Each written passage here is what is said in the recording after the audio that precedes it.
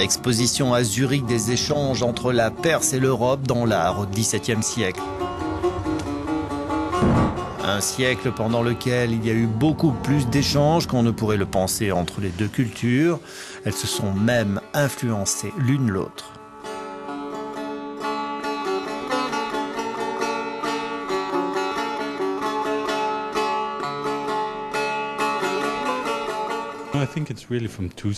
C'est vraiment une expo qui présente les deux côtés, ce n'est pas un côté plus que l'autre.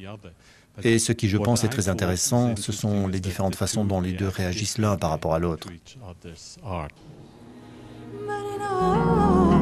L'adaptation de cette gravure de l'artiste italien Marcantonio Raimondi par des peintres comme Mir Afzal Tuni est la première influence évidente. En Perse, le nu devient aussi sensuel.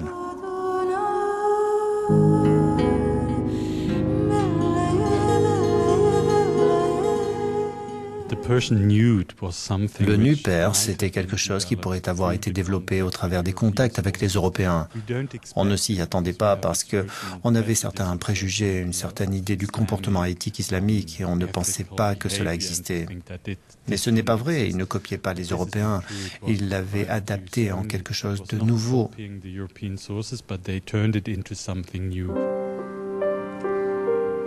D'un autre côté, l'art perse a été imité en Pologne ainsi où les châles en soie sont devenus typiques pour la noblesse polonaise.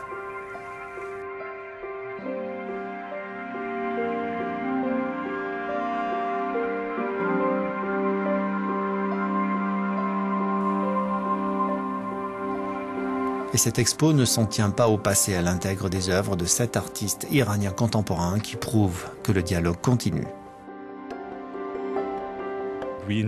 Nous avons intégré de l'art contemporain parce que nous voulions montrer que l'art iranien est aussi global, ce qui veut dire qu'il n'est plus influencé par les Européens ou uniquement par l'Ouest.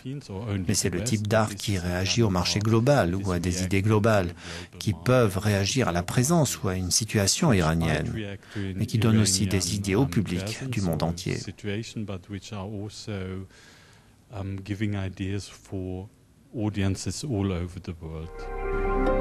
Fascination de la Perse à Zurich jusqu'au 21 janvier.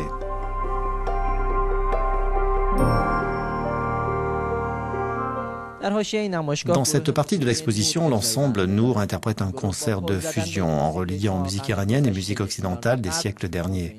Cet ensemble reflète le thème de cette expo en une forme d'art, la musique.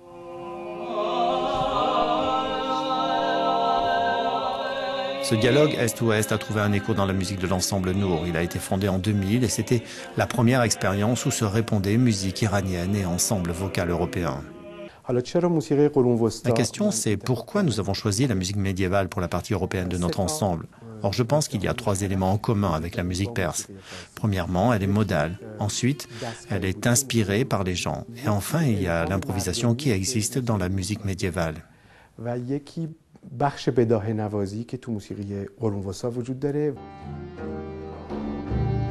Les chanteurs français et perses et les musiciens mélangent leurs propres traditions musicales pour réinterpréter les répertoires traditionnels.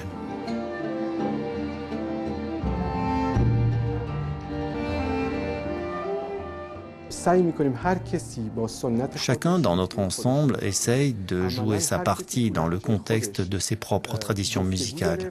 En fait, chacun est engagé dans la conversation avec son propre langage. Par exemple, une partie est simplement iranienne et ensuite elle devient européenne. Et finalement, les deux sont mélangés pour créer une nouvelle exposition.